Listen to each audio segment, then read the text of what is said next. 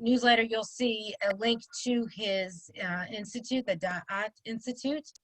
And Rabbi Raphael also is also married to Rabbi Raphael, and they have 2 millennial children, and they live in the Philadelphia area. So please, looking forward to hearing from you and learning and sharing together as we conclude our series, Welcome to Elul, We Turn Our Souls to the Sacred. Right. So thank you. You know what? We're talking about Yizkor tonight, and we're going to be saying Yizkor in about 12 days, 14 days. So thank you, Jill, for an introduction that would make my mother proud. She would be very happy to have heard that. And I want to thank Gene for his logistical support. I want to thank Rabbi Adres for giving me the opportunity to be here. I would like to say any friend of Rabbi Adres is a friend of mine, but honestly, he has so many friends. I don't know that I can keep that up. He is one of the most beloved rabbis that I know. So you are very fortunate that he is joining you in your congregation this year. Okay, so thanks again, and so we're going to talk about the history and mystery of Yizkor, about what it means in our culture and what it meant in Jewish tradition throughout the ages to have prayers that are supposedly attuning to the soul of the deceased. So that's kind of where I'm going. Now, I've been interested in this whole question, just to tell you a little bit before we get going. I've been interested in the whole question about what Judaism has to say about dealing with dying and death, and what Judaism has to say about life after death. You know, the reality is that you know, and it's so apparent in you know, coronavirus time. Death is hardwired into the human condition, and it's one of those topics that nobody wants to talk about. Nobody wants to talk about it. And I was a young kid, and I had a lot of young deaths of young people, and that sort of sent me on my search. And so I wrote on Jewish views of the afterlife. I have a number of books on this topic. And so you know, Yizkor is one of these all-time, long-standing Jewish prayers. So that's what we're going to explore tonight in helping you prepare for Rosh Hashanah. Okay, so I just need you to tell me if my screen share that says Yizkor is up, because sometimes it doesn't. Yes. You're seeing a blue slide there? Okay, so Haskarat Neshamot, the memory of souls, that's what it's called. And look at this, it's even contoured for Congregation Ahavat Chesed. So I want to ask you to join me in saying a bracha for Torah study. But I'm going to do this a lot. I hope I won't get you dizzy. We have a tradition that says that the merit of our study of Torah is for the zchut, is for the sort of the credit rating of souls on the other side. If we had time, I'd ask you to call out the names of all those you're thinking of, but do it in the silence of your heart. Who are the folks on the other side that you want to say, may the merit of our learning tonight be for the sake of the journey of your soul and the sake of connecting?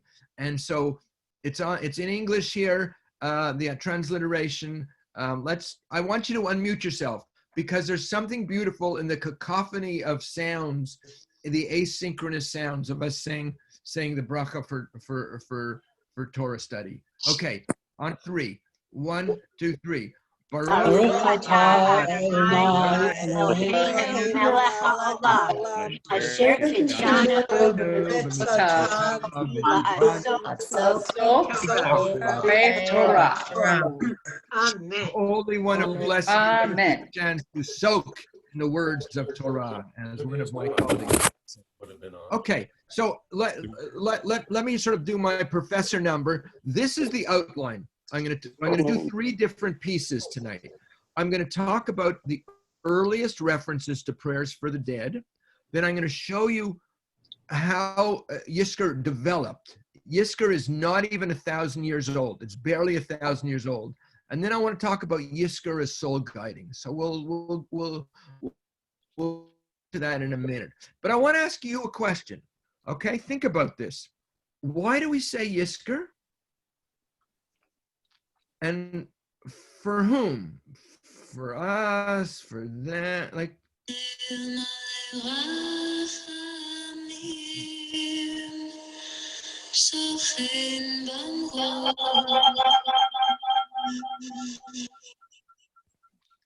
Okay. Why do we say Yisker? I'd like to hear from a few folks. Just unmute yourself. Somebody has a little bit of feedback going on, but why do we say Yisker, folks? Well, for me, it helps remember and focus on people that I've lost. So, and to in respect and remembrance. Respect and remembrance, the kind of comforting of the heart. Anyone else? Why do we say Yisker? Yeah, Thomas, you look like you were waving at me. You have your hand up, Thomas Vick. Unmute yourself. Yeah, my thoughts are that like in the Egyptian things, they say when if a person's name is remembered, they never truly die, and I mean Right. that's remembrance. Okay. Right. You know, I don't know if you saw it. I think it was I know it was a Steven Spielberg movie. Coco was this about the Mexican Day of the Dead, and as long as we remembered somebody, they stayed alive on the other side. Anyone else? Michelle Branley has answered to honor our departed loved ones. So I want to ask you. So what does that mean to honor them? Like what? So the second question is like who? So we're saying it to honor them, but is it for us that we're saying it? Are we saying, you know, like it's an interactive thing? Good. If you're not sure, Jack, please. Okay. It's to thank the people who came before us for who we are now. A way of thanking them. Okay. It's like I appreciate your legacy to me. Right now, I listen. I want to be careful not to step on anybody's toes. You know, I'm in a Southern Reformed congregation, but nobody said anything about saying Yisker for the soul.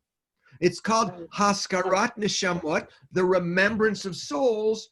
But we who have been so Americanized, we are almost like we don't even know what that word means anymore. Okay, let me keep going. You know, and we'll keep talking because. Okay, will somebody be my Gene? Will you be my reader? I want to show you a little bit the earliest references in our tradition to caring for the soul of the dead. Goes back to the time of the Maccabees. Okay, I know we're getting ready for Rosh Hashanah. We're not making latkes for Hanukkah just yet, but this is a story from the book of the Maccabees. Can you read that for us, Gene? And if you have the text, it's in front of you, but it's on the screen. Judah and his companions went to gather bodies of the fallen and bury them with their kindred in their ancestral tombs. But under the tunic of each of the dead, they found amulets sacred to the idols of Jamnia. Thank you. Which the law forbids the Jews to wear. So it was clear to all that this was why these men had fallen. They therefore praised the ways of the Lord, and he took up a collection among all his soldiers, amounting to 2,000 silver drachmas, which he sent to Jerusalem to provide for an Expiatory. Thank you. Like a sacrifice of forgiveness. Thank you. In doing this, he acted in a very excellent, noble way, inasmuch as he had the resurrection in mind. If he were not expecting the fallen to rise again, it would have been superfluous and foolish to pray for the dead.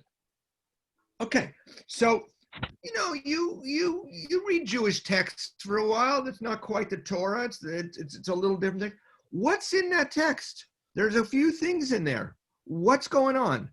Okay, so first of all, Judah and the Maccabees, his brethren had died in war. Remember, it was a historical battle against the Greeks, and you know we were the good guys, they were the bad guys. We won, but some people got killed in the battlefield. So what's going on in that text? Well, they're blaming Anyone? they're blaming the death of the soldiers on the idol worship. Right. So there's some connect. Right. So what it is there's they find them dead, and there's something problematic about the how they lived. So therefore, what do they need? Which is what we all need, a tshuva for Yom Kippur. We need some kind of redemption. Was someone going to say something? I said purification. Purification, right. And so how does he do that? He sends them to the sauna? Sacrifice. Sacrifice. Right. Now, the sacrifice is actually it's a monetary sacrifice, which is very interesting. What are the things that we do for the dead at the time of a person's yortzeit? We light a candle, we say a prayer, and what else do we do? Make a donation. We give tzedakah. Why do you give tzedakah? So you get a 501c3 tax receipt, right? But also the tradition is that our giving tzedakah at the time of somebody's yortzeit helps redeem them, and it goes back all the way to the book of the Maccabees. So this is the earliest reference to us human folk having to do something on behalf of the dead. Okay, and I'm going to show you a couple of more instances of that. You ready? Keep your seatbelts fastened, because we're going to travel in Jewish history now. Okay, Rabbi, now we're going to. Excuse me. Please. Edward Mallow has asked, I've always wondered why when lighting the candle, there's no prayer blessing.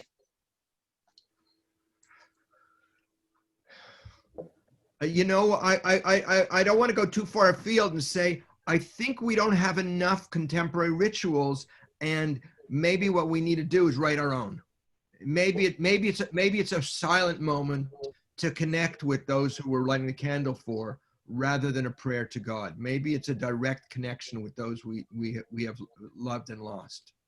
Okay, and that's a good question, and it's a longer conversation. But let's go to Babylonia now. Okay, Gene, you're reading for me now. We're in the time of the Talmud, which is 5th century Babylonia. And do you remember the story of the spies? The spies were on a reconnaissance mission. And, they didn't use the word fake news in the Torah, but some people brought back fake news. And there were two guys. There was Joshua and Caleb, who were sort of the truth tellers. They were the whistleblowers. Okay, so read this over here. This is one of the rabbis saying. Rabbah said, Caleb held aloof from the plan of the spies and went and prostrated himself upon the graves of the patriarchs, saying to them, my fathers, pray on my behalf that I may be delivered from the plan of the spies. Okay, so I'm not letting you sit passively, folks. Okay, you got to be thinking. What do we read here? He's going and he's saying, "Oi, I need some help." Who's he going to? Who are the patriarchs? Abraham, Isaac, and Jacob. You ever say the Amidah? We do it like this. We remember our father Abraham, Isaac, and Jacob. Continue services on page 470. We forget, right? But he's going to the grave in Hebron, the grave of the patriarchs, and he's bowing down. He's saying, "I need some help." What's this assumption there? There's an assumption there. What is that assumption? Guidance will be given, provided. So this is a Jewish. So look what we've seen. We've seen a belief that the dead need redemption, and we've seen a belief that the dead can also intervene in our behalf in a positive way. Okay. Right?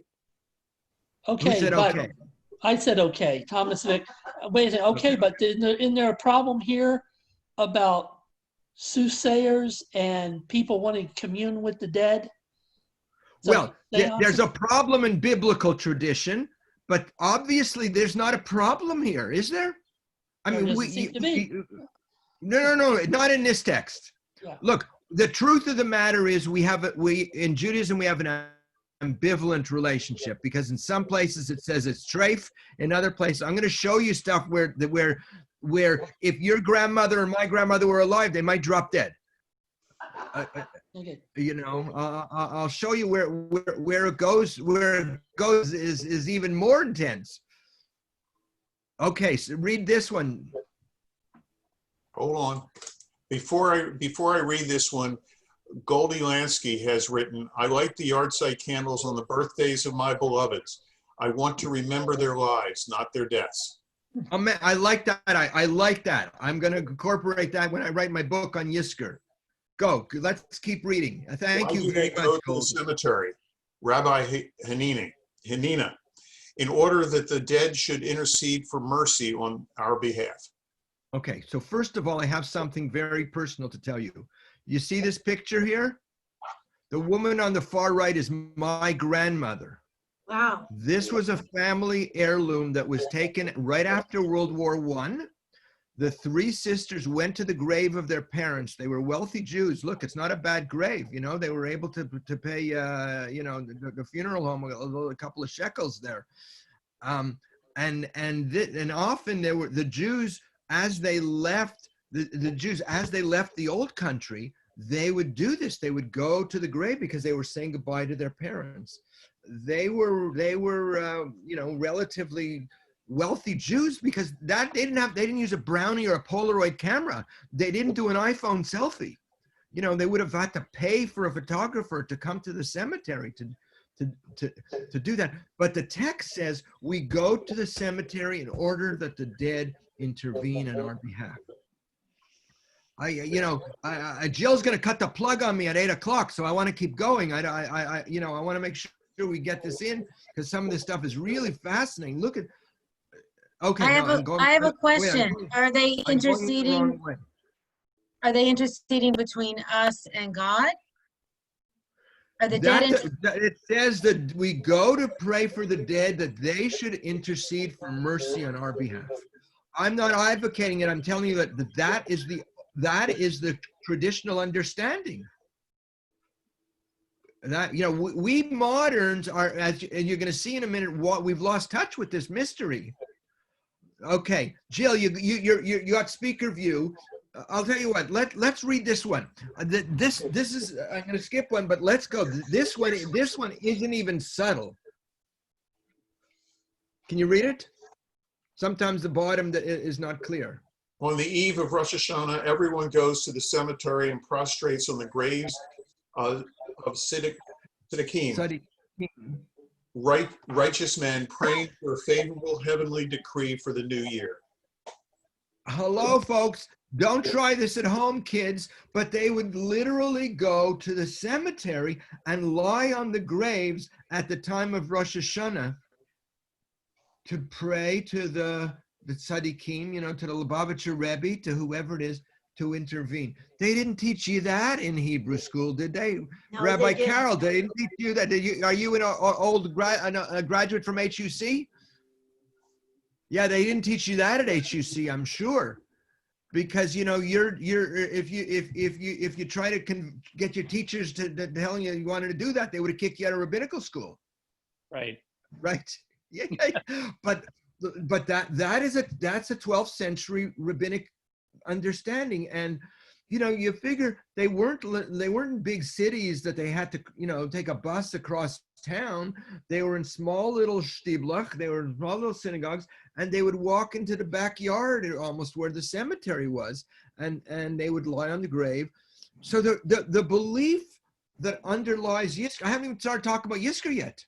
The belief that underlies Yizkor is that somehow there's some connection between the world of the living and the world of the dead. 3 quick things, Rabbi. First of all, Rabbi Address has joined us. Secondly, Jody S. writes, perhaps so we continue to be connected to the souls of the departed.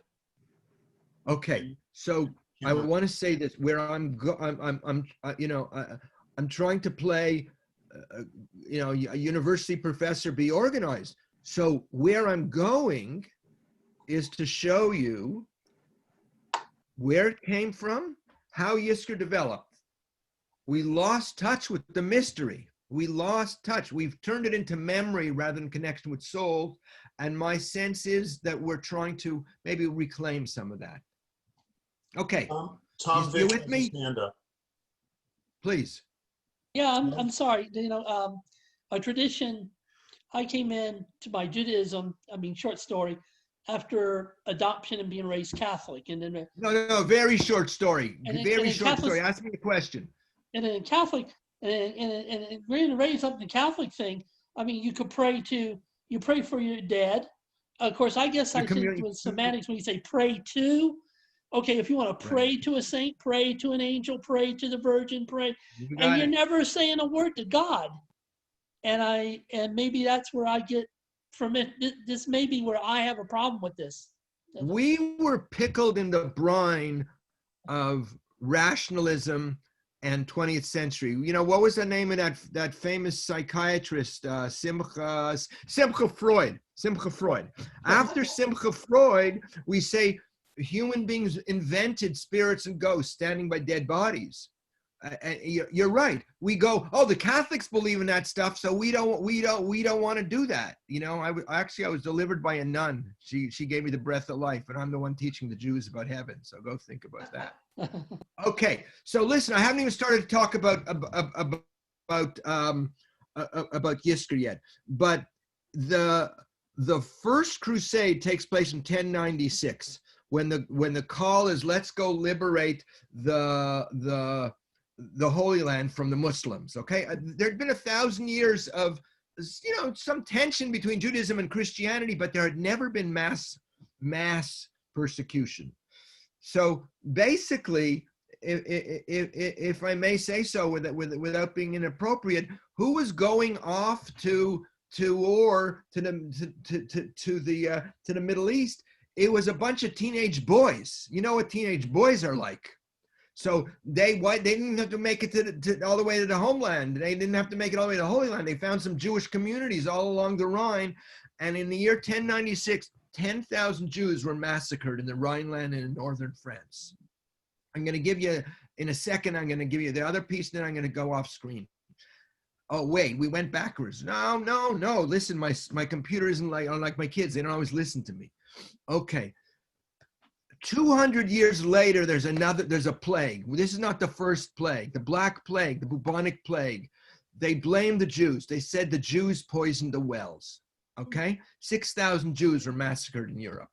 So what I want to ask you is, you've just been in a community in the Rhineland in Germany, and 10,000 Jews have been killed in the Crusades. You've just been in a community in Central or beginning of like Eastern Europe. They went as far as Poland, and 6,000 Jews are killed. What do you need to do? What do you need to do? What did we need to do after 9/11? I don't mean to go to war. Come on, you know the answer. You needed to mourn. To We mourn needed to mourn. and to remember the dead. To mourn and remember the dead. So now you need to know that Yizkor emerges in the centuries after the Crusades and the killing of Jews at the time of the Black Plague as the beginning of a memorialization process. We think Moses comes down from Sinai and he has, and he has gates of prayer. It didn't work that way, okay? He didn't bring gates of prayer, and he didn't have OU tattooed on his belly, right? So this evolves. Yizkor and Kaddish are only about 1,000 years old.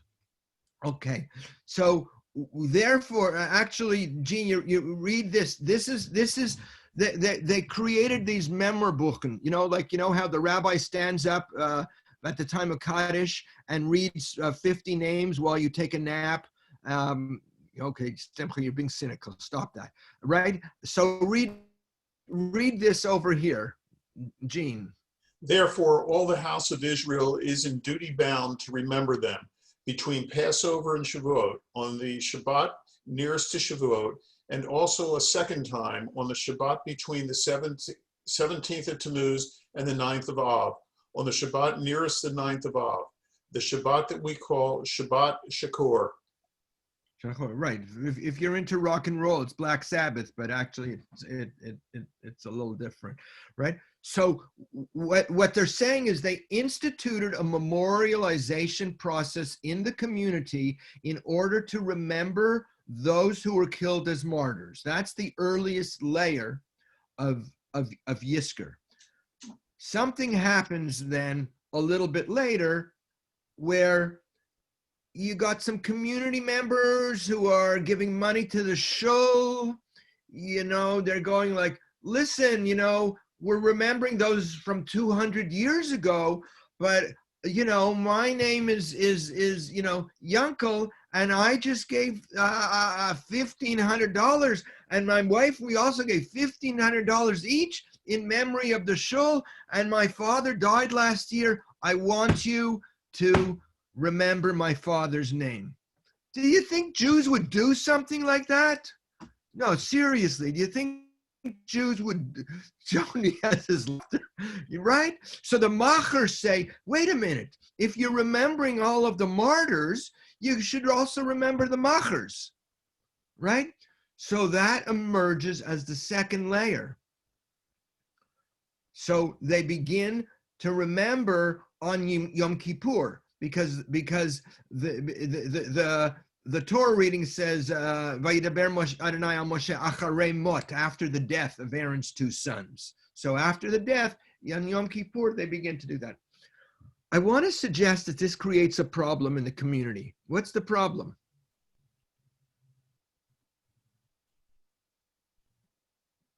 You don't know.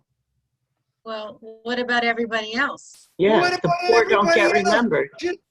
Just because, you know, Joe gave $3,000. I only had $200 to give, but I think I should also have my name, right?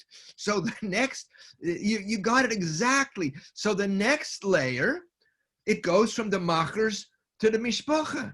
And around the 16th century, we get this Haskarat Neshamot as family memorial rituals. It's not a very fancy service. There's only a few prayers. I take time to explain prayers a little bit more, but I don't have that opportunity to do that. And then I just want you to know, by the 17th century, it extends to Yom Kippur and Shmini Atzeret and Pesach and Shavuot. Okay, but today that's when we say Yizkor all 4 times a year, right? But that only begins in the 1700s, and there's some interesting reasons why. Okay, this is for the Reform scholars in the house. Gene, you want to? Okay, now I'm taking you. I hope your seatbelts are still fastened, because now we're moving into Hamburg. The Hamburg Siddur was the first Reform liturgical innovation. And it is actually the first Siddur where there's a whole liturgy just on Yizkor. It's called Totenfeier. If you speak German, you can pronounce it better than me. But it's very interesting. In good Reform fashion, Gene, please read what happens in the Hamburg prayer book. In the Hamburg prayer book, the end of the Yizkor prayer mentions the gift of tzedakah, but in place of connecting giving of tzedakah with merit for the soul, as in the original Yizkor, or as Thomas would say, as in Catholicism too, right? Go on. The worshiper devotes it to the memory of the departed and asks that God find his gift acceptable. Okay. What just happened? What happens with basically German Reform Judaism? I never connected tzedakah and Yizkor. Because you grew up in the Reform movement. Fundraising. But the traditional understanding is that we have to redeem the dead. I mean, the tradition. So right. But actually, there's a footnote in that Siddur where it says we don't give tzedakah. No, it doesn't say we don't. It just says we give tzedakah because it's good for the bereaved. It's good for the memory, to keep the memory alive. So what happens with modernity and with what they call Haskalah, which is sort of the Jewish version of the Enlightenment, is the connection between this world and the world beyond gets severed. What is Rabbi Gene? What you just put the? No, anyone else? I put your message up again, but I will say that Tom Vick said we remember the dead also for closure. Look, there's all kinds of psychological reasons for this. There's no doubt about that. And as a bereavement psychologist, I have a lot to say about the importance of Yizkor, but at least to understand where it's, first of all, it emerges relatively late, and then we get cut off from the traditional understanding where there's a connection. Okay, so there's more. I don't want to give you. Oh, okay. Now, what happens when the Jews, like my grandmother, leave the Holy Land, leave Europe and come to America? What happens is, let me go off screen for a second. When, look, an entire generation of Jews, right? If you were raised in a Jewish home, you can trace your roots, Jewish genealogy and all the genealogy sites. Your family came from Central Europe, from Eastern Europe, but a whole generation between the 1840s, moving the German Jews, and the 1880s, they made their way to America, and they left behind the old country. And when they leave behind the old country, they bring a certain amount of good old Jewish existential guilt for leaving the mishpacha behind. Usually it was like it was the innovators, it was the adventurous ones, so they left the family behind. You say, I'll go make some money, I'll bring you back. So all of a sudden, in the 1800s, in the late 1800s, with what they call Minhag America, the American rite that was done in the Reformed congregations, our Yizkor liturgy starts to get very flowery. This was from a Reformed service of Stephen Wise, which is over 100 years ago. Gene, please. Thy memory, dearly beloved Father, which now entirely fills my soul, revives in me the holy sentiment of love and affection which thou so often and so tenderly hast lavished on me, when thy parental hand still guided me, blessed and instructed thy child. They're not talking about souls. They're talking about memory. So what we've inherited is not the stuff from the 1600s, or not the stuff from the Maccabees. This is what we've inherited. And then this is, for most of you, if you remember, if you went to a big temple, this is what Yom Kippur looked like. You had to be well dressed. And for, I would say, most Jews in America, you either read it from the Birnbaum was the Orthodox Machzor, the Harlow was the conservative Machzor, and Gates of Repentance was the Reform Machzor. I met Jules Harlow. I was in a conservative synagogue for many years, and he'd say, turn to page 250 in the Harlow Machzor. I saw a guy, he had a sign, it said Jules Harlow. I went up to him, I said, I thought you were a Machzor. I didn't realize you were a person. Right? So this is what mid-50s, it was a bereavement ritual. There was no connection with souls, with afterlife and redemption. And then the newer stuff of, sort of Mishkan. Oh, actually, and then we started doing the Holocaust liturgies. That sort of comes on to the scene in the 70s, the 80s, the 90s. That becomes part of remembering the Shoah becomes part of what we're doing.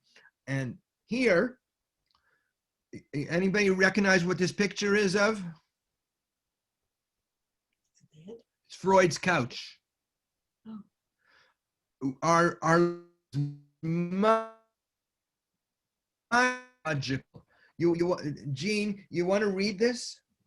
Actually, Rabbi Carol, do you have any of your rabbinic voice left? I want you to read this, because I'm sure you read a variant on this often. I don't see you here. Are you here? Yeah, I'm here. You really want me to read? Okay. Yeah, no, give us your best rabbi's voice to read this. Okay, but I only see the top 2 lines. Okay, so hang on. Watch this. I'm going to stop my share. And for you, I'm going to move it up here. And then I'm going to go back to my share. This is a rabbi's prerogative. Okay. Go. At the rising sun and at its going down, we remember them. Blowing of the wind, full of winter, we remember them. For as long as we live, they too will live. for they are now a part of us as we remember them. So this was, let me just, I don't know whether this was in the Reformed tradition, but if you were in a conservative synagogue anytime between 1980 and 2010, even today, they're still reading that one. Put up your hand if you heard, right? So it's all about memory. It has nothing to do with the traditional understanding. So we have basically disconnected from the original intention of Yizkor. It's a Camp Louise tradition. Yeah, for sure. And I'm telling you, that's sort of almost Yizkor par excellence. But that wasn't what was going on in the time of the Maccabees, and that wasn't what was going on in the time of Caleb and the Babylonian Talmud, and that wasn't what was going on in the time of the Crusades. Not that. So we moderns have really lost touch with the original intention of this. I'm going to go on. I'm going to the third part now. I'm going to talk about Yizkor as soul guiding, but here's a chance if anybody has comments or questions, please. Rabbi, if you look at the chat, you'll see several comments in there that might be helpful, and probably better that you read them than I read them out loud. That prayer is when I start crying. Yeah, no, because it was a very deep. I know Jack Reamer who wrote it. It's a very deep prayer, but I mean, it's worked for us. I'm not saying it didn't work. I'm just saying it wasn't. We reduced it from connecting with souls to remembering the dead. Perhaps so we continue to be connect with souls of the departed. I think that's exactly where I'm going. Who knew? Mute yourself. I understood that the tzedakah was continue the good works of the dead. You see, we rationalize it. Okay, let me give you an example of something. Why do you walk around the block? You walk around the block at the end of Shiva? Anybody know that ritual? Why do you walk around the block? Okay, Goldie, you're nodding. Why do you walk around the block? You're beginning to reintegrate yourself into the community. Right? Like I've taken this time at a time and now I'm going to go back into life. And it's also saying to the neshama, to the soul, we're going to walk you on your journey and send you on the way. So it has some week later? Well, there's a teaching, you're going to have to bring me back to talk about Jewish views of the afterlife. There's a teaching that says for 7 days, the soul goes to and from his grave to his home, mourning for the body. So the soul sticks around, and then at the end of Shiva, we send the soul away. And we lost touch with that. They never taught us that in Hebrew school. They never taught us that in Hebrew school. But it's the third night of the Shiva, and you couldn't have another cold cut if they gave it to you intravenously, right? You just couldn't. Uncle Lou just left, so there's no more sexist humor. And the two sisters are sitting around saying, didn't it feel like Daddy was in the room? And people have those kind of meaningful coincidences. And then they say, you've been reading too much damn Shirley MacLaine, you don't know what you're talking about. You're making it up. But I want to say, no, this stuff was in our tradition and we've lost touch with it. Okay, Goldie, if Yizkor is about memory of our dearly departed, and what is the origin and tradition of no children in Yizkor? No one stays for Yizkor if they have not yet experienced death. I think that's very much of kind of Americanized phobia of death. There's no halachic stipulations that a child can't do it, because when you think of it, imagine we're in the Middle Ages when they've just had all of these deaths. Who's saying Yizkor? They're the kids who lost their parents. We start saying Kaddish for orphans, Kaddish around the same time because families need some way of memorializing. So this is the whole sense of you don't let the kids in at Yizkor is very much of an Americanized. I don't know what it's like in Israel, but they probably do in Israel too. But it's folk level stuff. You don't let a pregnant woman into the cemetery in case the shadim, the demons are gonna get them. Mm-hmm. Yeah, Jack Reamer. Jack Reamer's still alive. He's still going. God bless. Okay, so we're now at the turn of the century. All right, and we have a very psychological kind of Yizkor, and I am in my early 20s. Let me go off screen again. I hope I don't get you too dizzy. I'm in my early 20s, and my closest friend is killed in a car accident. And we were going to bury him at Mount Pleasant Park. I promise you there was nothing pleasant about burying a 21, 22-year-old kid in the dead of a Canadian winter, okay? And at the cemetery and during the Shiva and in the following weeks, I feel a sense of his presence. And I look around, you know, I was a smart kid. I had a degree in religious studies. You know, I used to be young and foolish. Now I'm just foolish. But at 21, you know, I knew everything. But I couldn't find anything in Jewish tradition, because when I asked about afterlife, they would say Judaism believes in the life and the living, the here and now, right? And most of you got that. Most of you heard that. And then I met my teacher, Rabbi Zalman Schachter Shalomi of blessed memory. He said, no, you want to learn afterlife, you have to go here, here, and here. And he pointed me where I can go into earlier layers before modernity and start reading and studying. And so I spent 10 years reading everything I could get my hands on about life after death and Judaism. And I wrote in my PhD dissertation, and then it became Jewish Views of the Afterlife, and it recently got published in its 25th anniversary edition. So buy it for your nephew for your grandchild for their bar mitzvah present.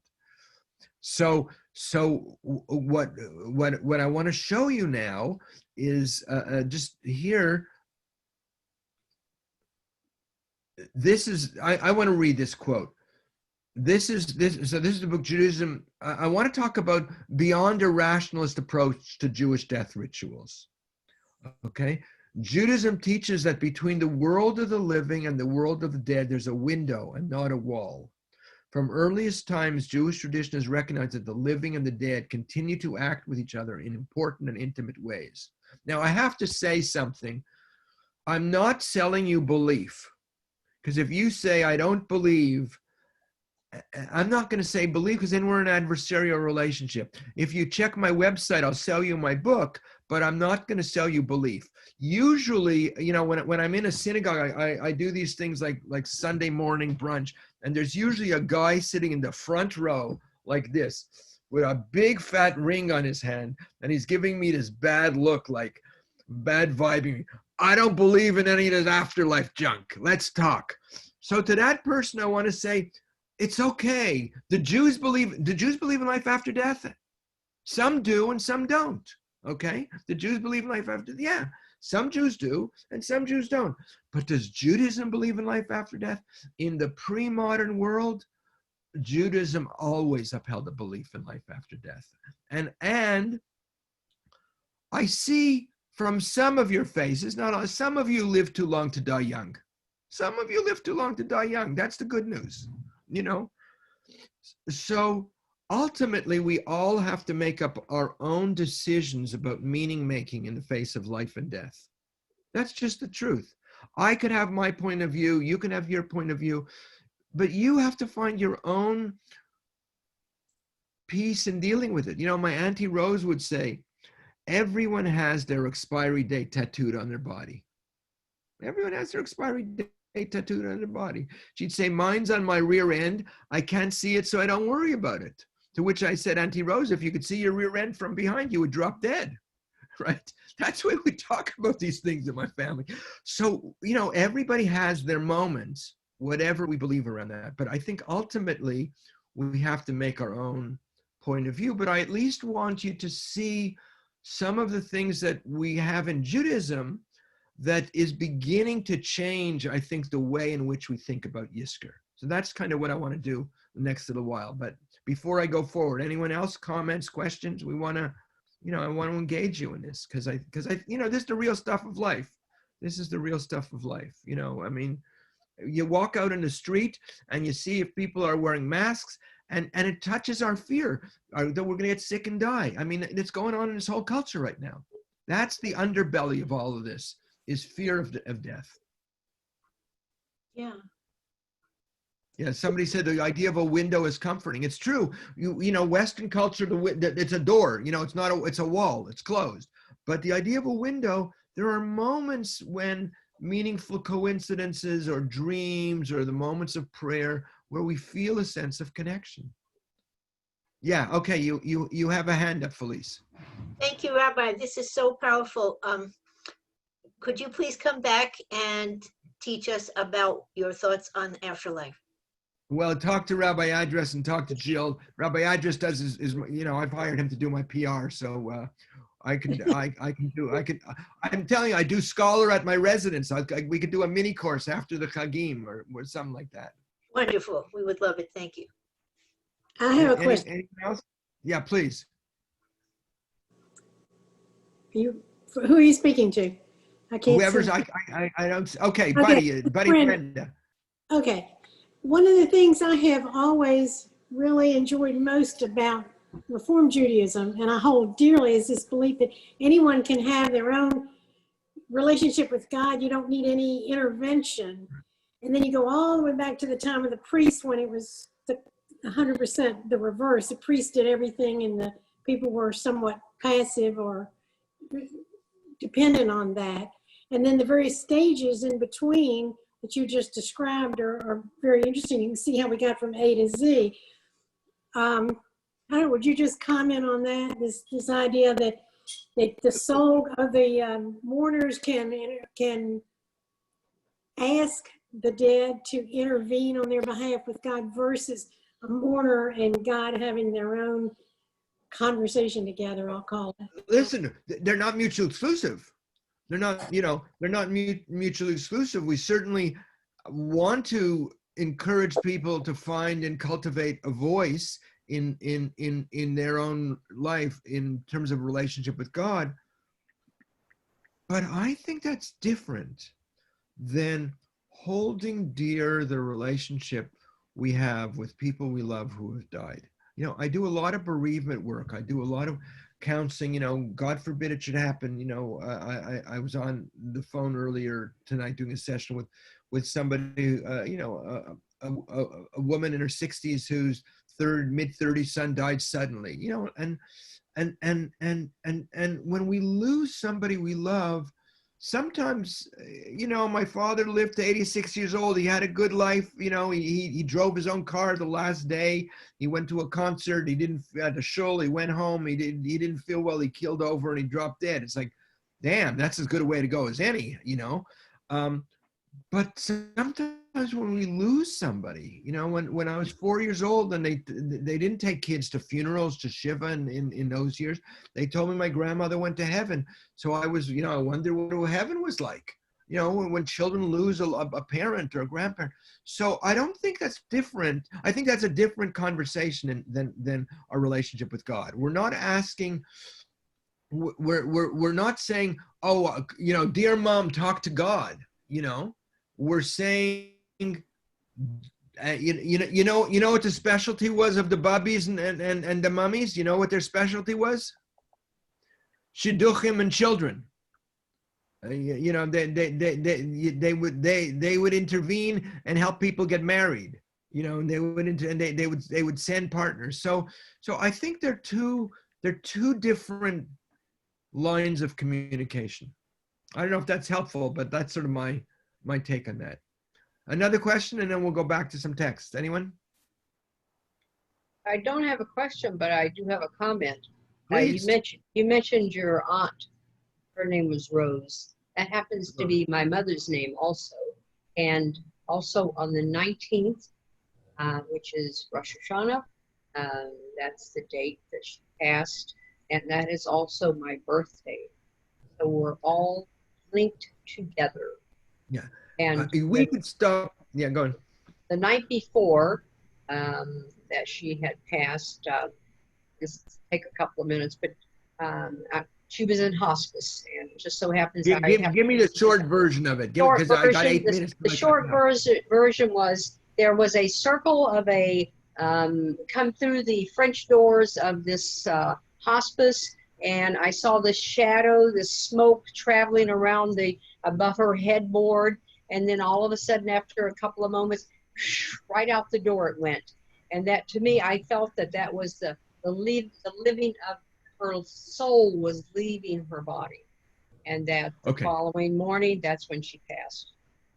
So I could stop now and say, do you have a story like that? And we would have another hour or more Yes. of people holding these, Sure. the birthday connection stories. So what I'm trying to say is that Judaism, we think we have to, like I joked and said, you're reading Shirley MacLaine, but we weeded out all of this stuff in Judaism, but it was there and it speaks to people. Some people have that experience, some people don't. Some people hear your experience and say, oh, you made it up. But you didn't make it up. You didn't make it up. So at least I want to be able to say, let's look and see what else there is in Judaism about Yizkor that may help us in our Yizkor prayers this year. So let me go back to, am I on screen share? Yeah, okay. So I want to give you a little historical piece about Kaddish, okay? Again, we say Kaddish because we think it's a bereavement ritual, but I'll tell you the story rather than read it. There's a story that's told very frequently in the name of Rabbi Akiva, that he has this vision. He sees this kind of ghoul-like figure walking along, and he says, who are you? He says, I'm one of those who are condemned to the agony of Gehenna, of hellfire. And he says, is there no hope for you? He says that my son was never taught how to say Kaddish. So if he would learn to say Kaddish, then I would be able to get out of here. So Rabbi Akiva teaches the son to say Kaddish, and he gets redeemed there. Now, look, I think it's problematic because not everybody has somebody to say Kaddish, and not everybody has children. But again, our understanding, the traditional understanding, is that we say Kaddish not only because it's good for the bereaved, but because there's some kind of connection. I think of saying Kaddish as like going online in our relationship with those in the world beyond. So we have those elements. I'm going to come in for a landing in a few minutes, and then we'll have time to talk before you send me home. We have a whole tradition of cemetery prayers. Okay, on the right side on the left side of the screen, this is somebody praying at the grave of Rabbi Nachman in Uman. This is Rachel's tomb, where Rachel was buried on the road to Bethlehem, and in Bethlehem there's prayers. And this is the grave of Isaac Luria in Tzfat. Any of you been to Tzfat? So Luria would send his students. The reason why Tzfat became very. Anybody been to Tzfat? Put up your hand. Tzfat. The reason why Tzfat, a lot of you became a center of Jewish mysticism. There were a couple of reasons. The Jews from Spain who got booted out of Spain brought with them the weaving technology, and the Ottoman Turks liked fancy garments.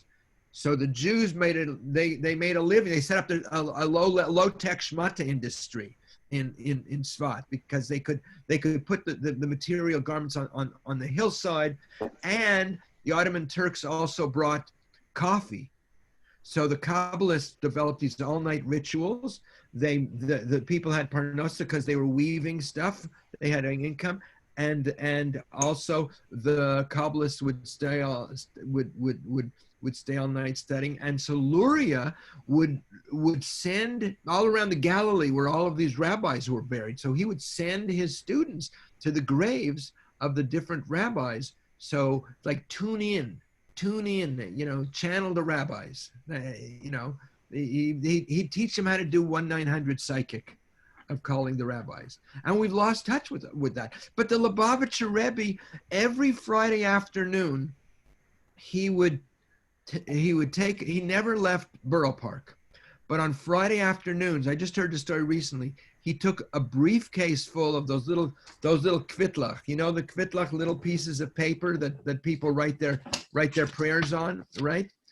He would take a whole briefcase of them, and he would bring them to the grave of his late father-in-law, who was the previous Lubavitcher Rebbe.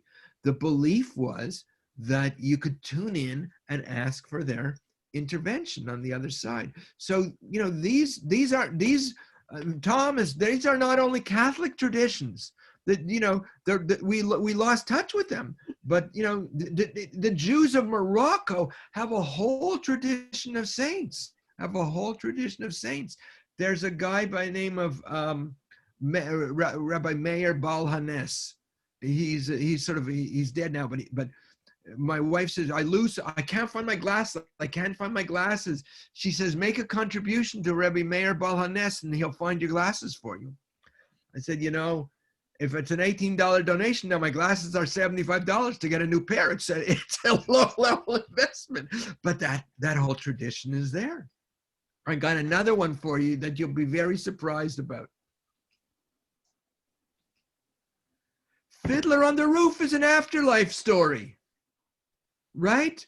Fruma Sarah comes through from the other side and says, listen, listen, you got to listen to me. I'm telling you who she should marry and who she shouldn't. So in Yiddish folk literature, there's this whole tradition of visitation from the deceased in dreams.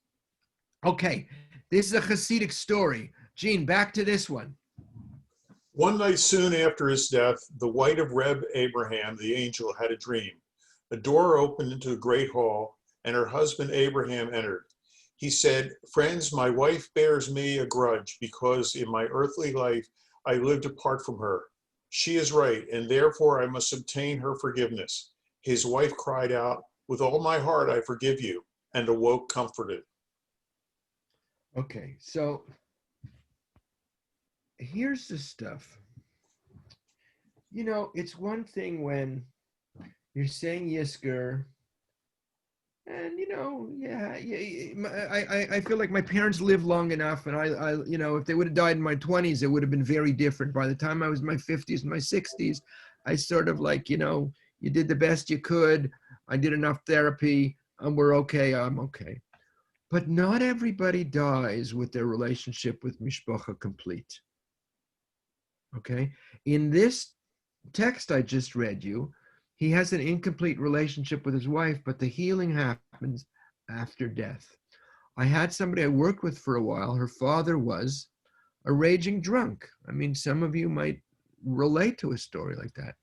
And we did a lot of work in therapy, but at a certain point, he shows up in a dream to her and he says, I'm sorry. And for her, it was a real tikkun. It was a real fixing. So I think I'm not teaching this stuff only because I think it's interesting or, I want to say go see a psychic, because I think it says that the healing of relationships continues after death. And that in some ways it's a two-way street.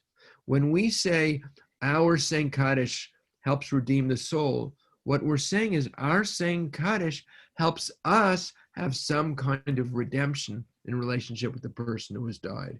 And anybody who has been through an intense grief experience with the death of a parent knows it takes a while. It takes a while to sort of realize, my teacher Reb Zalman tells a story. He was traveling right after his father died. He was driving on the highway, and somebody cut him off, and he rolled down the window of his car. Remember when we used to roll down windows in cars? And as the guy cuts him off, he lets out a string of curses in Polish. And as he does that, he hears the echo of his father's voice. His father was an old Polish Jew who was a traveling salesman, and he would drive around cursing out the window all the time. And as he hears the echo of his father's voice, he stops his car and he says, you know what, Papa, that one you can have back. And so he says the work of mourning a parent or anybody is to say, this one I had to live with you all those years, and now I don't have to live with that anymore. So, we sort through the legacy of a person's life. We sort through the good stuff and the bad stuff. And the afterlife stuff tells us that maybe it's an interactive and dynamic relationship. Okay, one or two more, and then I'm going to come in for a landing if we have a few more minutes for some more conversation questions, but I at least I want to. Absolutely, I'm not going to cut you off. Okay, so this is from a book by a friend of mine. She's a rabbi in Boulder, and it's called Wounds into Wisdom, Healing Intergenerational Trauma. There's something these days called epigenetics, where we realize that trauma is passed on intergenerationally. They see that the study of Holocaust survivors find trauma is literally passed on in children's genes. So when the past trauma remains unspoken or has long been forgotten, it becomes part of us and our children, a legacy of both strength and woundedness that shapes our lives. Our past and the painful history of our ancestors, our grandparents, our great-grandparents who were traumatized, does not simply disappear. Yet we can recognize, choose, and redefine out our own destinies, even in the aftermath of ruinous events. Humans are created with the capacity to heal from the wreckage, transform fear into compassion, and turn tragedy into strength. The power to heal lives within each of us. So, in some sense, what she's saying is, not all the dead are benevolent spirit guides. Some of them are messed up. And sometimes when people are messed up, it continues in our lineage for generations. You know, my great grandparents, those three sisters who were at their parents' grave, they were murdered. They were murdered violently by Jews. They were wealthy Jews. It was a robbery. They were murdered. Everyone, they had 6 children, and every family of each of the 6 children has been traumatic death. I'm still trying to figure out what it's going to take to heal that.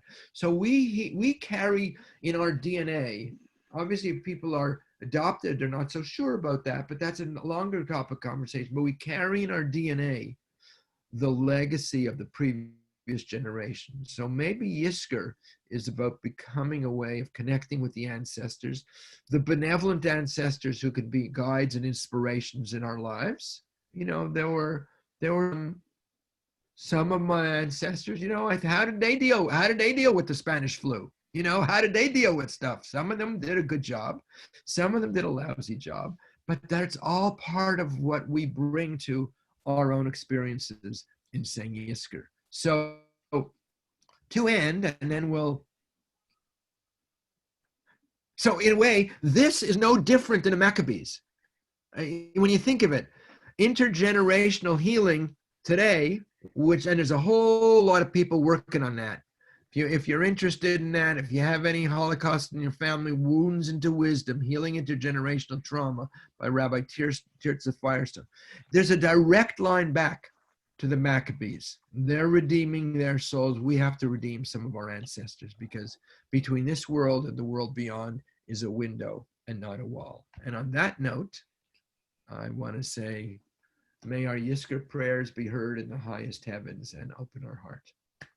So, my friends, that's what I have to say tonight about Yizkor.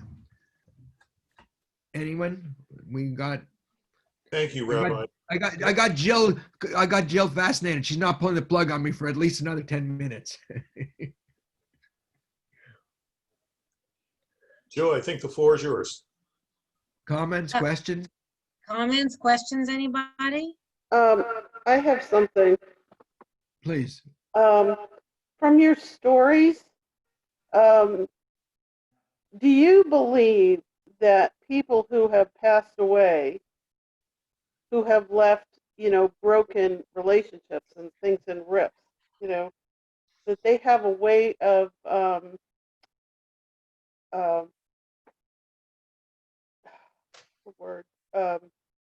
making amends? You know, I like to think so. I think about that a lot, like, because I told you that dream that client of mine had. But one of my friends died young. He was a father of divorce. His 2 daughters were furious with him. And actually, I'm thinking of him, and they didn't want to have much to do with him. You know, they didn't want to have much to do with him. They didn't, you know, we sat Shiva, and he remarried. We sat Shiva with his second wife, but they weren't around. Another one of my friends also, his kids didn't want to have anything to do with him, and he had left a whole portfolio of his papers and his personal stuff. And I said, I have your father's stuff, and he said, I don't really give a damn. He said it wasn't even that nice. He said it much more 4-letter words. So when I hear that, I don't know, you know, I don't know. Like, another lecture we would have to talk about is reincarnation. Am I going to be able to make amends with people who have died, or, I don't know. I think my daughter was. I think I was a witch in a past life, and my daughter turned me into the authorities, and I think she would do the same thing today. So, I don't know. That's the most honest thing I can say is I'm not sure, but this epigenetic work and the work that my friend Tirza Firestone, there's something called constellation work. If you look that up, there is a sense of being able to heal the wounding traumas of the past. I hope so. Rabbi, oh, I'm sorry. I was going to say, Charlie Diamond had put something in the chat box. He had a question. Do you want me to read it? Yeah, please. My late mother used to say, I didn't exist before I was born, and I won't exist after I die. What is the soul connection between before our life and after our death? Well, look, your mother was very certain in her belief, and I want to respect that. But at least to ask me, what does Judaism have to say? Judaism, the story about we get a life review. We see what our life is going to be, and the angel says you have choice. You can live a moral life. You can live a life of sin. Make your choices wisely. And then they touch us over here, and then we're born. There's stories about there's literally a text. It says a man and woman are making it together on the threshing floor, and God says to the angel who oversees pregnancy, go find me a soul. And he brings the soul, and the soul says, no, I know what it's like. I don't want to have to deal with the New Jersey Turnpike. I don't want to go. I don't want to go in there. And sort of this, and he says, look at Gehenna, look at like the underworld of punishment, and look at Gan Eden, and choose wisely. And then the soul is born. So we have those traditions, and in some sense, though we believe, and our fear of our culture is you die and it's all over. But imagine that that between birth through to death is only one half of the cycle of existence. The other half is through death through to rebirth. And then that brings in reincarnation. And after the 14th century, reincarnation is as kosher and Manischewitz wine and Mogen David. So we're gonna have to do much more on this another point in time. But if I leave you with more questions than you had before, I've done my work. Rabbi, because I'm sorry, Rabbi. Wait, let me just finish the thought. Wait, one second. Let me just finish. Because I think in Yizkor, when we say Yizkor, we want to keep our mind and heart open to feeling that connection, however or whatever it is for you.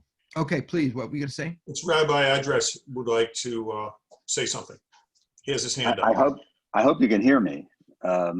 We can. Good, because I'm stuck in a residence inn on some place called Butler Boulevard and looking at the lightning and listening to the thunder. So this is Jacksonville. Anyway, after a horrible day of travel, first of all, thank you to the Karen community and Ellen and Sandra and everybody who, with the baskets, it was a great dinner thanks to you because we didn't have to do anything. Simcha, b'vakasha, toda rabah. All of you have been treated to some wonderful observations and teachings with Rabbi Carol and Rabbi Raphael. This is the beginning, like we did in the July in our 3-part Reform Judaism series, and we put this together to show you that this is possible with Zoom and to bring in lots of different types of ideas and scholars. So Jill and I will be talking after the holidays to expand this, and I know just from listening and tuning in, and again, I apologize late because it was travel day, that we'll be back in touch, Simcha, about bringing you back to Jacksonville. We have to get you reincarnated here and wherever we are. But thank you very much. Great. Steve Carroll, Rabbi Carroll, Toda Rabah, again, thank you for your contribution and your help.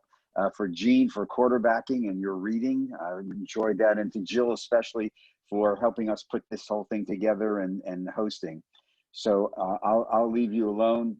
Simcha, take care of Philadelphia for me, and I hope to see you when I get back in a couple of weeks. Say hello. And Simcha and Steve, just a sweet, happy, healthy new year to you and your family. And to all of you, I'll see you hopefully in the little screen on Friday night and Right. Saturday. Well, I All think yours, it's, Jill. yeah, thank you so much, Rabbi Simcha, for bringing us home, closing out our series, but certainly not our soul searching as we move forward with the High Holy Days. And I just think it's very special to have the 3 rabbis with us tonight that did the presentations. So thank you, Richard, for sharing your friends with us and their scholar and their passions. Rabbi Carol, thank you so much for the beautiful music and the explanations of the powerful words of our prayers and information about forgiveness and really getting in touch with our soul and thinking about our ancestors. So the 3 of you have certainly given us so much food for thought. And I think it really has kind of opened the doors, if I may use that expression, as we glide now instead of jumping into High Holy Days. I feel like we're gliding in, and you all have really helped us along the way. So thank you all for that. Thank you, everybody, for your participation. I know many of you have been here for every single one, so Yasher Koach to that, and to Jean and Mary Ellen and the team. Just have beautiful holidays, Happy New Year, and we will see you on Zoom. Thank you, Jill, for holding the integration point. I just put into the chat my website if you want to see some of the books I've written, but also I have a lot of articles and different kinds of things there. So I bless you all. It should be a good, sweet year. Not too much sugar, mind you, but just sweet enough. Okay, thank you all. Thank you, Jill. Thank you, Rabbi Richard. I appreciate it. Okay. Thank you, everybody. Thank you, Jean. Thank you, Jill, for putting it all together. Thanks, Rabbi. My pleasure. Thank you. Good night, all. Happy New Year. Good night, everybody. Thank you for participating. Hi, Jim. Good night, everybody. Thank you. Get the damn phone. Good night, Jack. Good night, Jean. Good night, Jenny. Good night, Cheryl. Good night, John Boy. Right. They're all in. Hi, Jeannie. Hi, Barbara. Hi. How are you? Good to see you. Night. Good night, everybody. You too. Nice program. And with that, Was with that, we're going to say goodnight and going to go put on Ancient Aliens on TV. Yeah.